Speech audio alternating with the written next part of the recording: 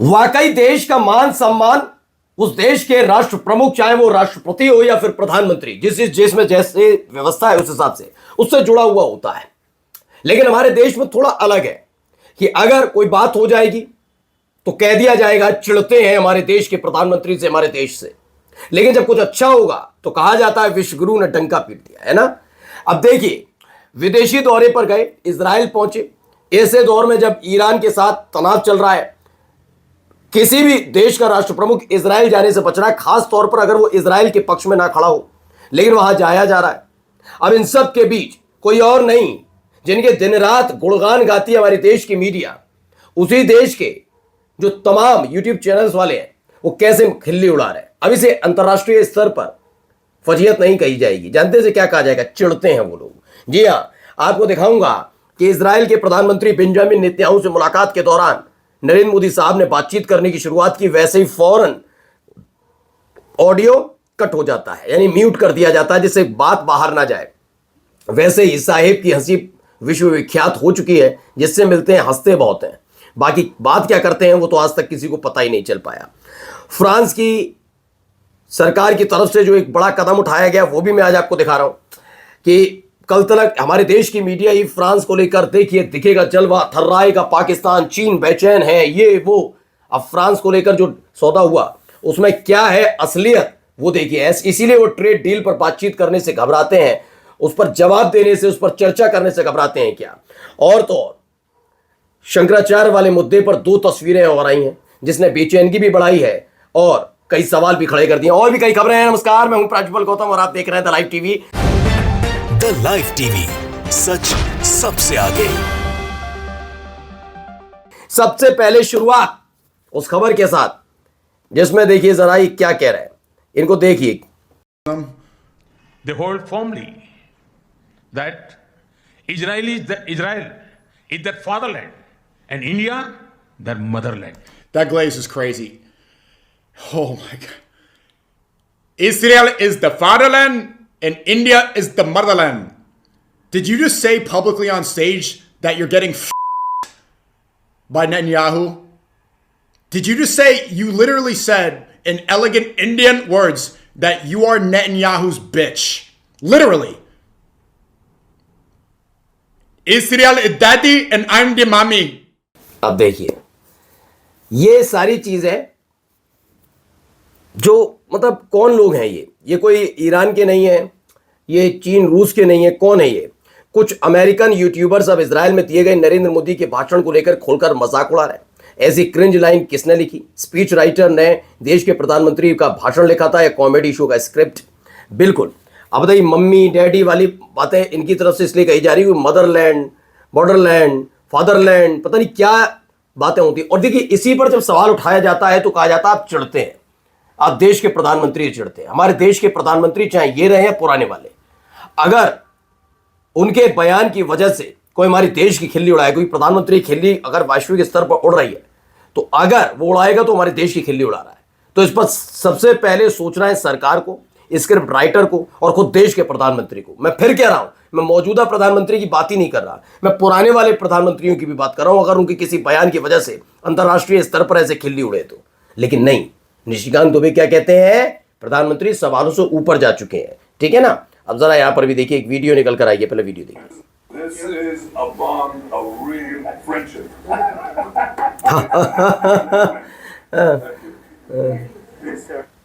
बस देखिए, हंसेंगे कितनी बार, देखिए हंसने का तरीका दिया। आप गंभीर हैं थोड़े, लेकिन म्यूट है सब कुछ, क्या बातचीत हो रही है पता नहीं।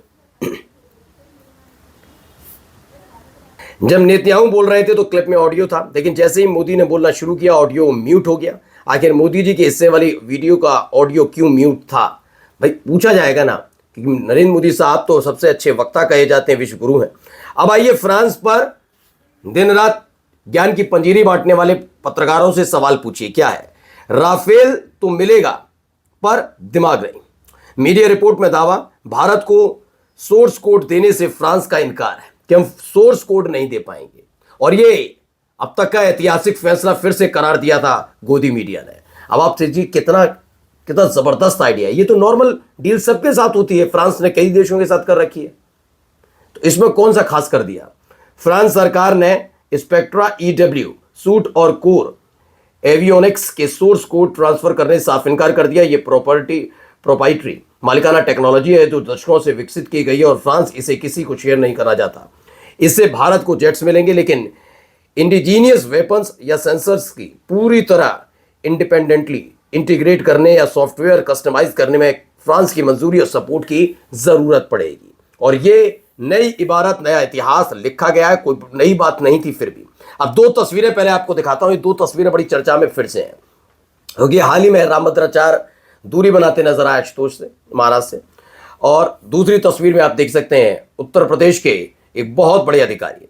फोटो बाईं तरफ बलात्कार, गो तस्करी जैसे 27 आपराधिक मुकदमों में मामलों में हिस्ट्री शीटर घोषित आशुतोष रामभद्राचार्य के साथ, दाईं तरफ हिस्ट्री शीटर आशुतोष के साथ सांठगांठ वाली तस्वीर में दिखे पुलिसकर्मी माघ मेले में भटकों को पीटने का आरोपी और कुंभ 2025 का नोडल अधिकारी, जैसे भगदड़ में हिंदुओं की मौत का बाद प्रमोशन दिया गया। यूपी पुलिस के लिए एक काला अध्याय। संदीप देव लिखते हैं, मानी जाने वाली वैभव कृष्ण रिपोर्ट में दलाल व अपराधियों के साथ मिलकर ट्रांसफर पोस्टिंग रैकेट चलाने, ब्लैकमेलिंग और जासूसी करने के आरोपियों वर्तमान में प्रयागराज का additional police commissioner IPS Ajay Pal Sharma Rambhadracharya की गोद में। अब आप इसमें देखिए, ये जो नाम निकल कर आया वैभव कृष्ण क्यों है जरूरी बताऊंगा अभी आपको, पहले इस कहानी से पढ़िए। बाद में योगी सरकार की विजिलेंस ब्यूरो ने वैभव कृष्ण रिपोर्ट को नकारते हुए अजय पाल को क्लीन चिट दी, जिसके बाद भगदड़ में हिंदुओं की मौत के बाद इन्हें योगी सरकार ने प्रमोट कर दिया। इन पर एक महिला ने भी शादी के नाम पर झांसा का FIR दर्ज कराया था, बाद में वह भी समझौता कर समाप्त करा दिया गया। इस अजय पाल शर्मा को उत्तर प्रदेश मुखिया योगी आदित्यनाथ का ब्लू आइड बॉय माना जाता है। फिलहाल वैभव कृष्ण वाला मामला अगर आप कभी सर्च करेंगे तो आपको पता लग जाए क्या क्या हुआ था, कितने कितने लोग गिरफ्तार हुए, बहुत सारी चीजें खेल होती थी उत्तर प्रदेश के अंदर। ठीक है, अब एक मिस्टर सिन्हा है, वो क्या कहते हैं, बांग्लादेश में Hindu owned shops are being attacked by Muslim mobs for staying open during Ramzan, for to shut till Iftar, warn against even allowing customer to eat inside. उन्होंने कहा जब तक इफ्तार नहीं हो जाता तब तक हिंदुओं की दुकानें बांग्लादेश में बंद रहेंगी। इस तरीके से कुछ मुस्लिम संगठनों ने हमला किया बांग्लादेश में। इस पर तरुण गौतम ने बहुत शानदार जवाब दिया है। उन्होंने कहा ये सारी की सारी चीजें संघियों से शायद इन्होंने सीखी होंगी। जैसे अपने देश के अंदर मीट की दुकानें नवरात्रि मंगलवार को भारत में बंद कराई जाती हैं, वैसे ही वहां हो रहा है। तो ये तो दोस्ताना आपका रवैया होना चाहिए ना ऐसे लोगों के साथ, कि देखिए वो भी कर रहा, हम भी कर रहे हैं, वही हमारा काम वो कर रहे हैं, कहिए ना। फिर इसमें तो आप खुश होना चाहिए। आपकी ये टेक्नोलॉजी, जो ये वाली टेक्नोलॉजी आपने अलग अलग जगह घूमकर इजाद की है, वो विदेशों तक जा रही है।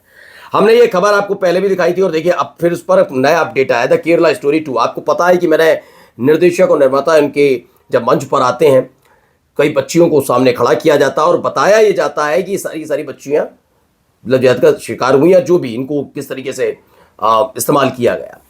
उस पर पत्रकारों ने सवाल किया कि ये सारी केरल की है, उसमें पता लगता है नहीं, कोई महाराष्ट्र, कोई कहीं की थी।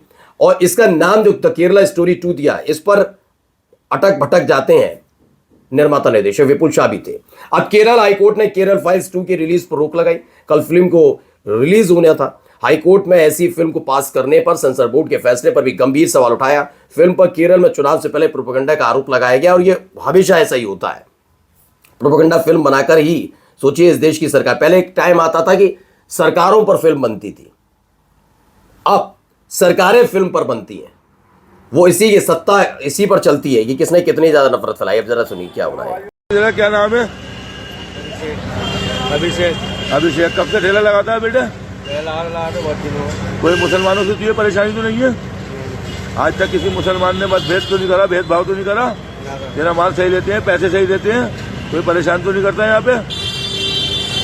देखो भाइयों, ये इसका ठेला है, इससे हमने लिया। तेरा नाम क्या है भाई? तेरा नाम क्या है? तुम यहाँ से कब से ठेला लगाते हो? 6-7 साल। जामा मस्जिद इलाके में कभी कोई मुसलमान ने परेशान करा तुम्हें? आज तक कोई परेशानी तो नहीं है? तो अभिषेक, विनोद, आनंद, किशन, अमन और विजय, ये सभी मुस्लिम इलाकों में फल बेचते हैं। आप कहेंगे इस वीडियो को दिखाने की जरूरत क्यों? ये बताने की जरूरत है क्योंकि कुछ लोग भ्रम फैलाते हैं आप लोगों में। ये बताया जाता है कि मुसलमान कितना अत्याचार करता है हिंदुओं पर, ये बताया जाता है ना, ये दिखाना इसलिए जरूरी है। आप देख लीजिए। और इससे पहले भी 2 दिन पहले भी मैंने दिखाया था कि कई मुस्लिम महिलाएं भी ऐसे ही मस्जिद के ठीक बाहर रमजान के मौके पर फल बेच रही हैं, जिनको खरीद कर लेकर जाते हैं मुस्लिम भाई और इफ्तार करते हैं, शहरी करते हैं, तब तो परंपरा है उनकी। यहां पर भी यही है। यहां नहीं हो रहा है कि हम अभिषेक से नहीं अहमद से खरीदेंगे, विनोद से नहीं खरीदेंगे, आनंद से नहीं खरीदेंगे, यह वहां नहीं चलता। ठीक है, अब जरा सुनिए यहाँ क्या कह रहे हैं। देखिए, ये कोई भी विधायक, सभासद, सांसद कोई भी हो, उसको हमेशा राजधर्म निभाना चाहिए। और जितने भी समाज के, जितने भी धर्म के लोग हैं उनके क्षेत्र में, वो सबका विधायक होता है। और किसी भी क्यों ये मैं क्या कौन कह रहे हैं आप, जरा इनकी जो देखिए हाथ मिलाते हुए फोटोज वीडियोस मुस्लिम समुदाय के साथ गले में जो पटका है उससे समझ गए होंगे। प्रयागराज कल बीजेपी विधायक हर्षवर्धन वाजपेयी ने हजारों रोजेदारों संग इफ्तार किया, लेकिन आप नमाज अपने घर में अता करेंगे, वो अपराध, ये तमाम चीज़ें हैं। देखा, मैं ये नहीं कह रहा कि सारे विधायक, सारे नेता एक से हैं इनके, नहीं, सब जानते सही क्या है गलत क्या है। कुछ इस रेस में लगे हुए हैं कि जितनी नफरत फैलाई जाए उतना प्रमोशन मिलेगा। कुछ इतने हैं, कुछ ऐसे हैं कि वो जानते हैं कि आने वाले वक्त में इसको सुनने के बाद हमारी पीढ़ियां हमारे बारे में क्या सोचेंगी, इसलिए वो वही राजनीति करते हैं जो देश का संविधान कहता है। नमस्कार।